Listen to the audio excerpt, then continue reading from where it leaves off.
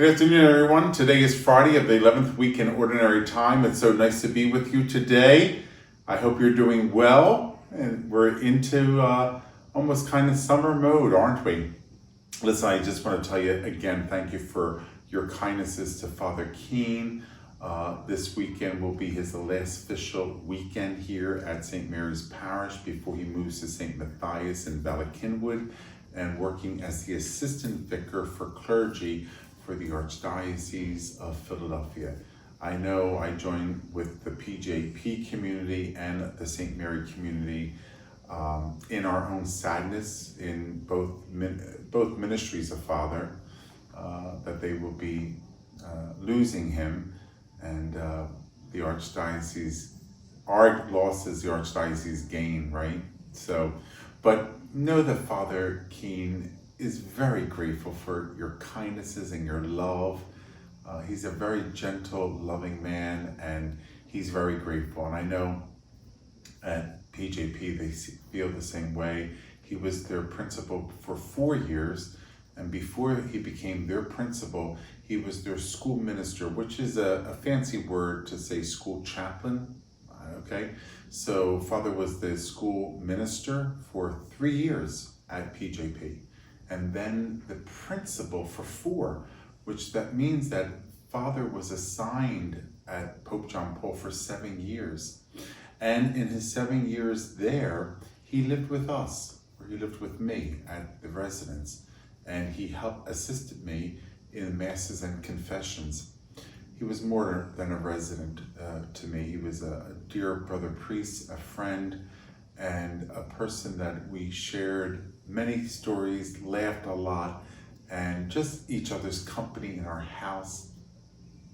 Father, as you know, is artistic in many ways, and he would make that house beautiful for Christmas, for the fall, for Easter, and he knows how to use a grill. And he would cook dinners, and we would stay out on our deck at night and just talk. I'm going to miss that very much. But I know that God has a plan for Father and has a plan for St. Mary. So I'm waiting. Hopefully next year there'll be a new resident. But right now the Archdiocese cannot send us a priest. We only had really 2 ordinations this year in the Cathedral Basilica and 1 ordination in the Cathedral at St. Paul's outside the walls of Rome.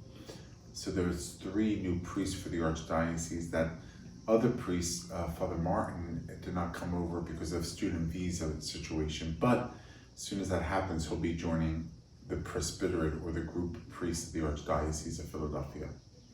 So hopefully next year, I could tell you, we have a resident, yay! So, but right now, no. And we're okay with that. We understand. We totally understand. I mean, there's only so many priests and there's only this many parishes, right?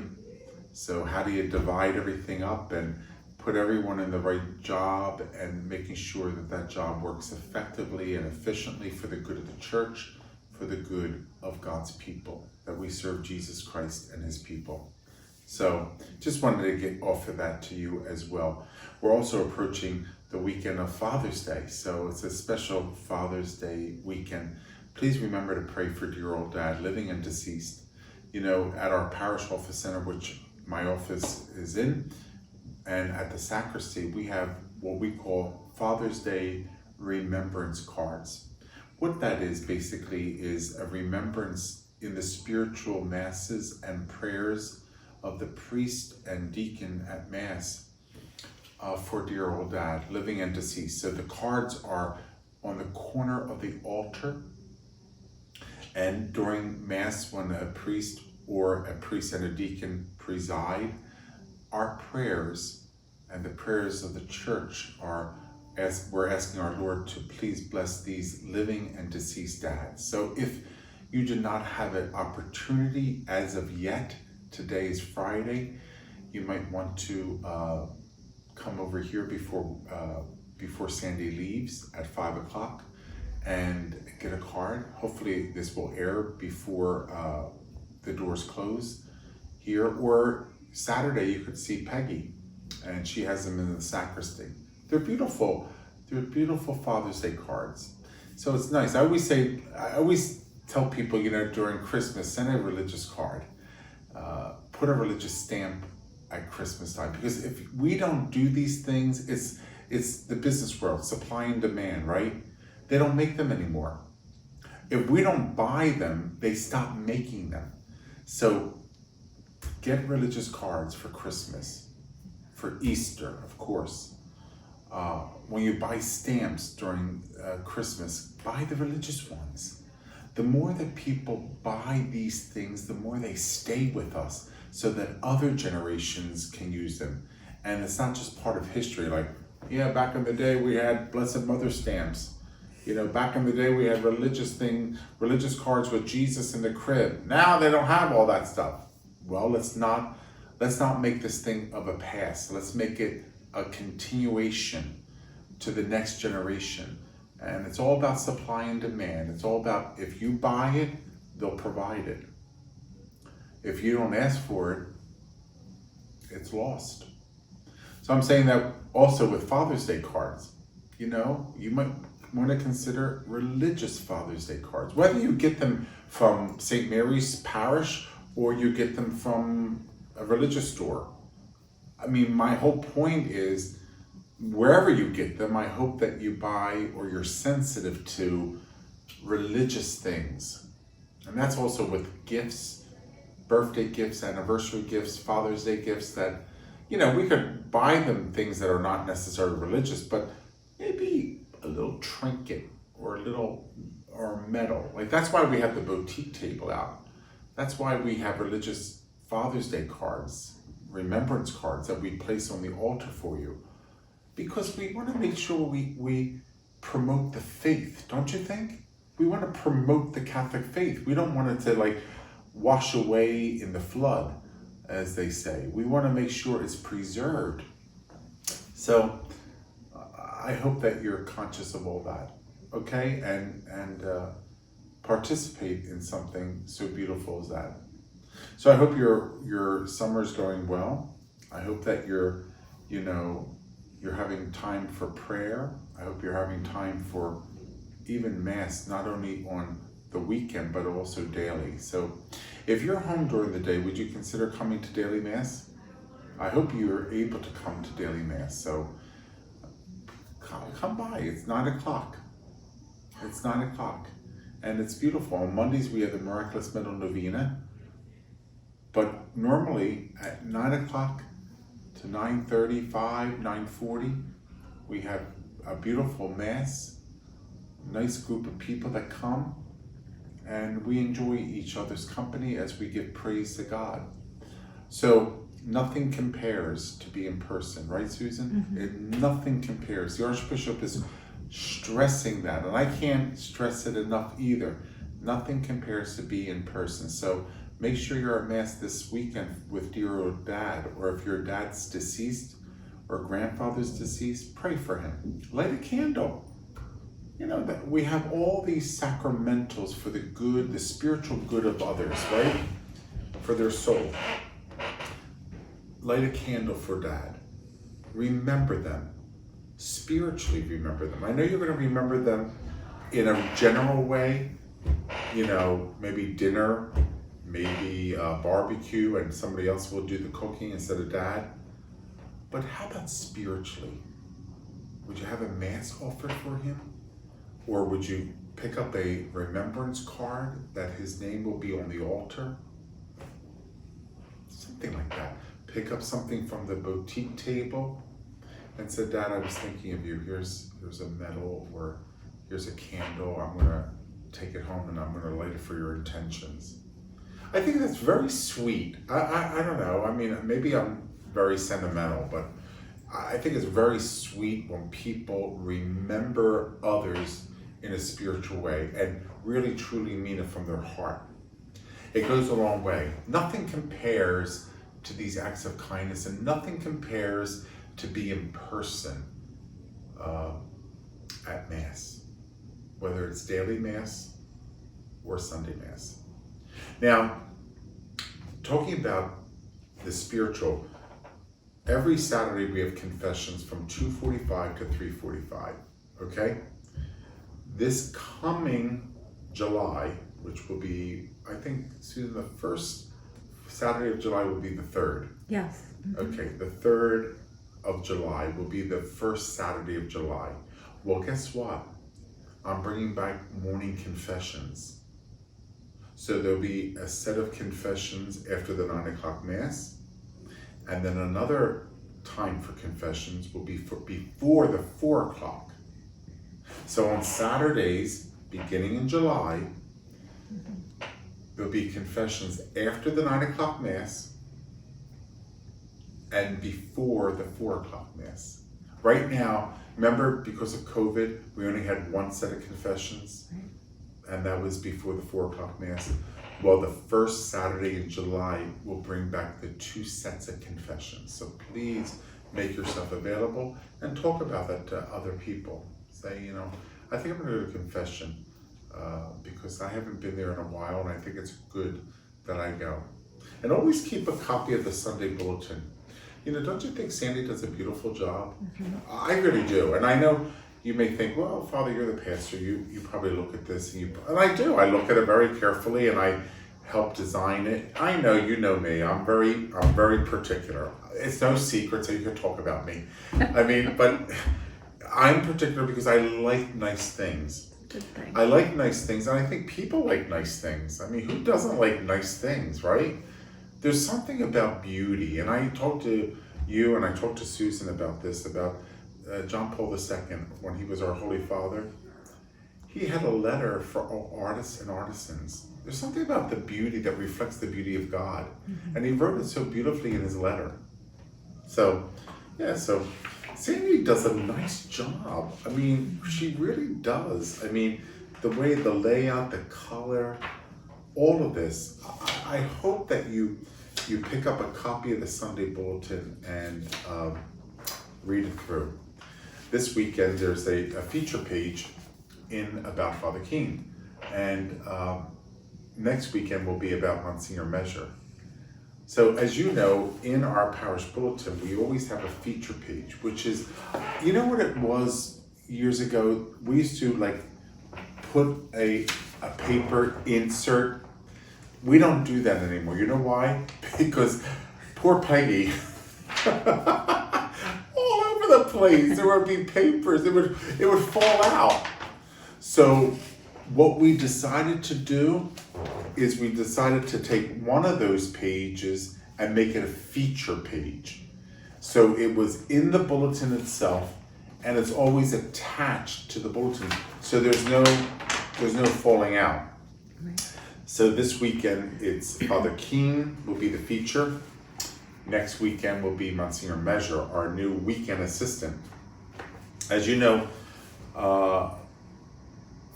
the weekend assistant does not live here. He's a commuter, so Monsignor will be commuting back and forth to the seminary.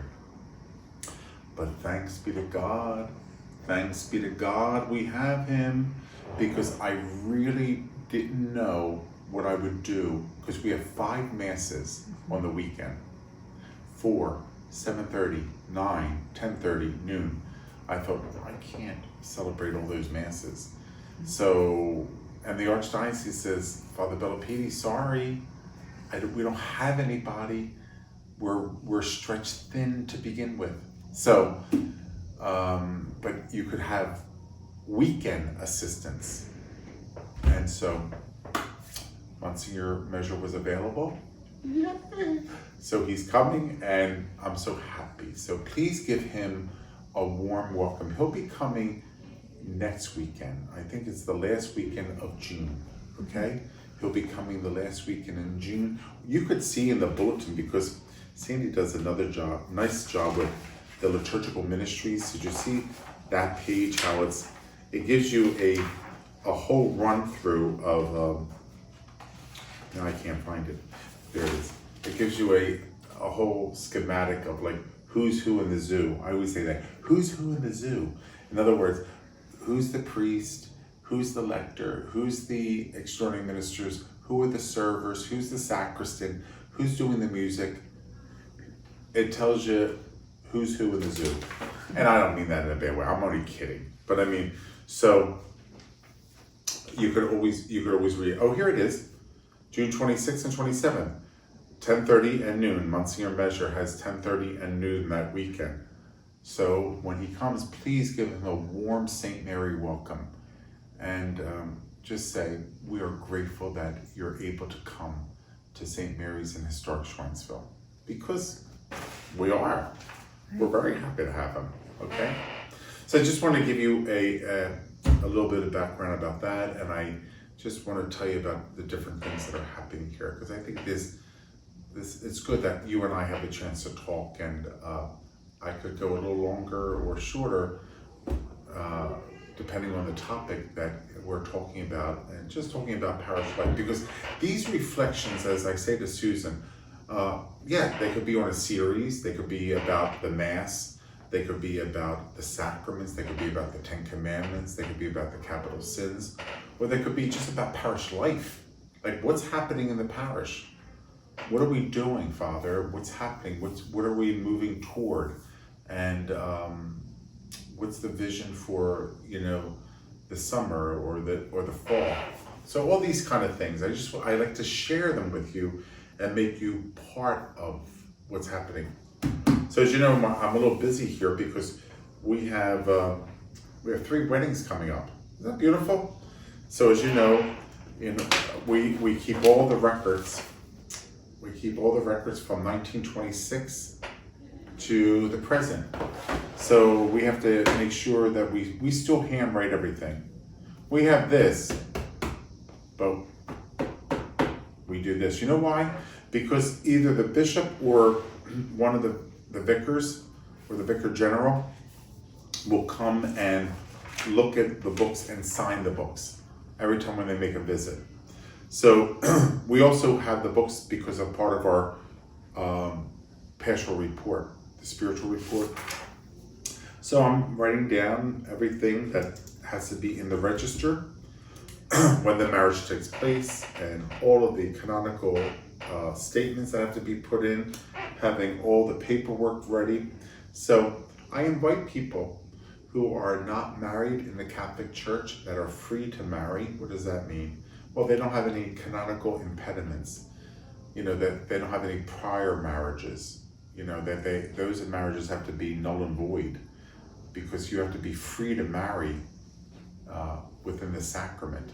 You can't have any impediments that would impede the marriage. See, impediment, the word comes from impeding. So you're free to marry. So when people come and see me, I'll say, have you ever been married before? To any person or to one another? Because I want to know if they were married civilly first before they came to me. So were you ever married before in any way, shape, or form? I even say newspaper clippings, anything.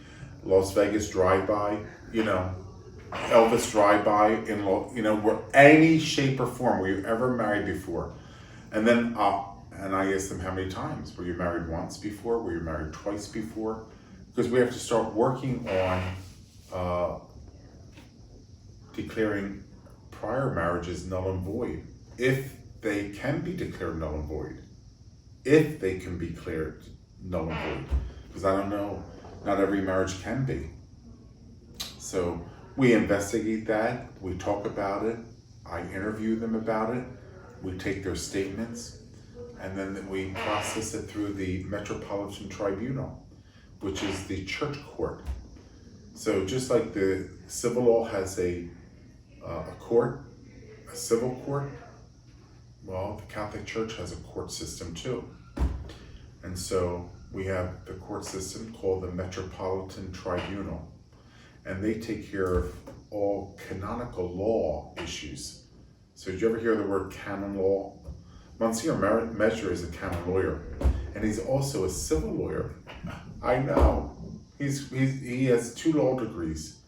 So during Sunday breakfast, guess what I'm going to ask him? I'll ask him a couple questions, like, Monsignor, so I have a situation. What do I do in that case? So I said, hey, listen, You have a lawyer right at your breakfast table. No, it's like, I'm going to ask you some questions. Don't worry, Monsignor, if you're watching, I'm not going to like torture you. I won't be asking you 50,000 questions, maybe 2 a day. No, he's very good. But anyway, we're happy when people come to us to get married. So do you know anybody that needs to be, their marriage needs to be a sacrament? Because there's some people, you know what I mean? You might have in your family who got married by a judge or a minister of an ecclesial community on the beach. And you're like, that's not a valid sacrament. What's going on there? You know, you were baptized, you were confirmed, you made your first Holy Communion. What happened? You're not getting married in the church? So maybe you could help them. Maybe you could say, you know what? Talk to Father Bellopede.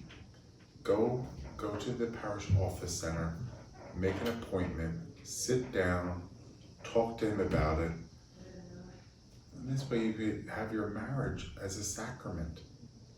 Because if you don't have your marriage as a sacrament, you can't really receive communion. I don't know if everybody knows that.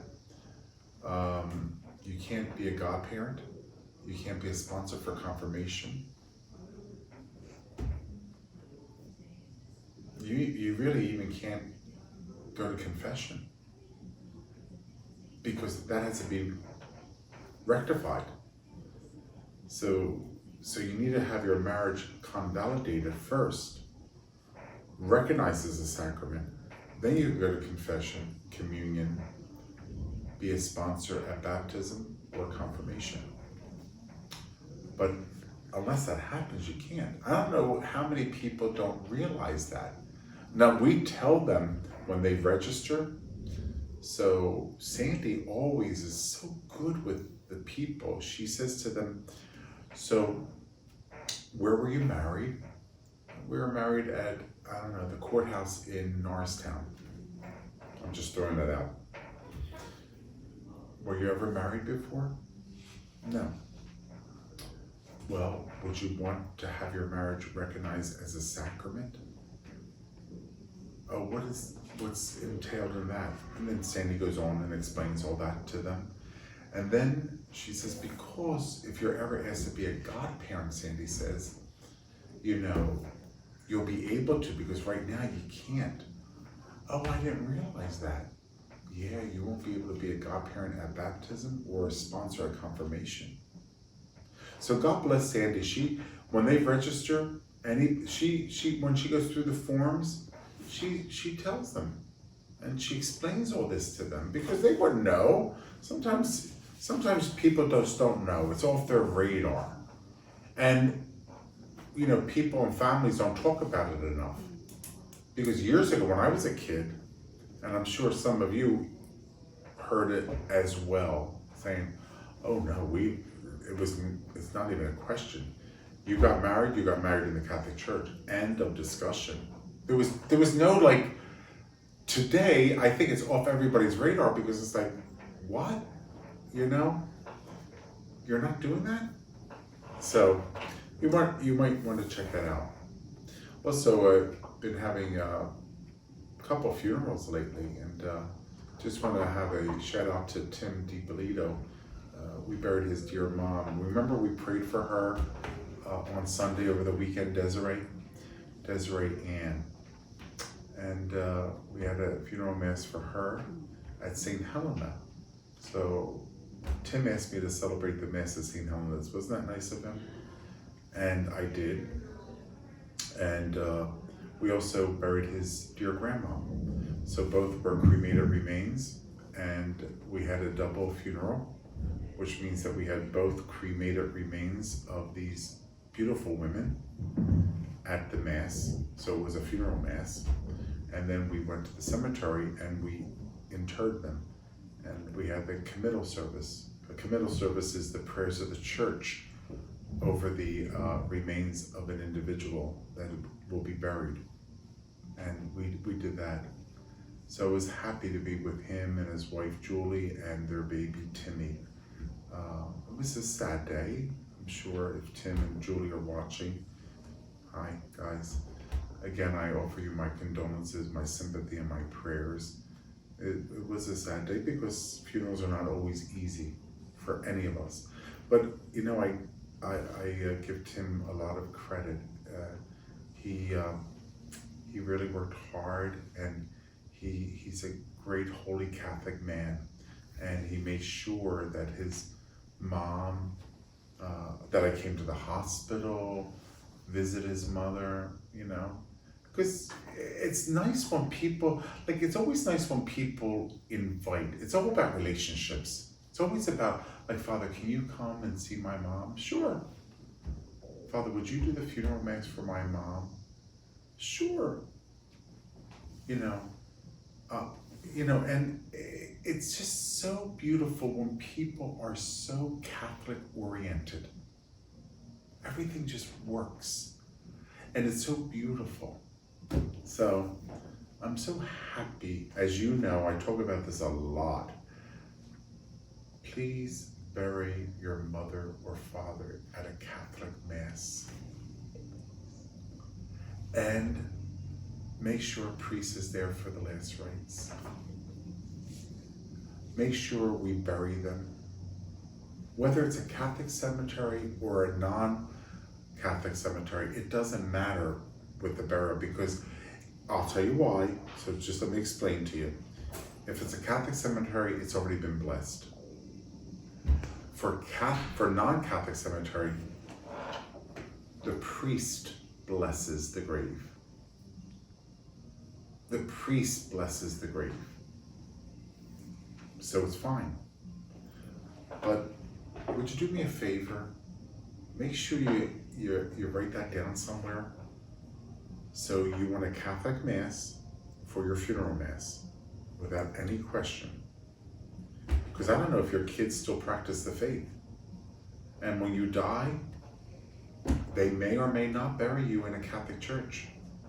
It might be a cremation, and then either they keep the urn, please God, no, or they bury, because you have to bury or entomb the urn with the cremated remains. And please don't say ashes.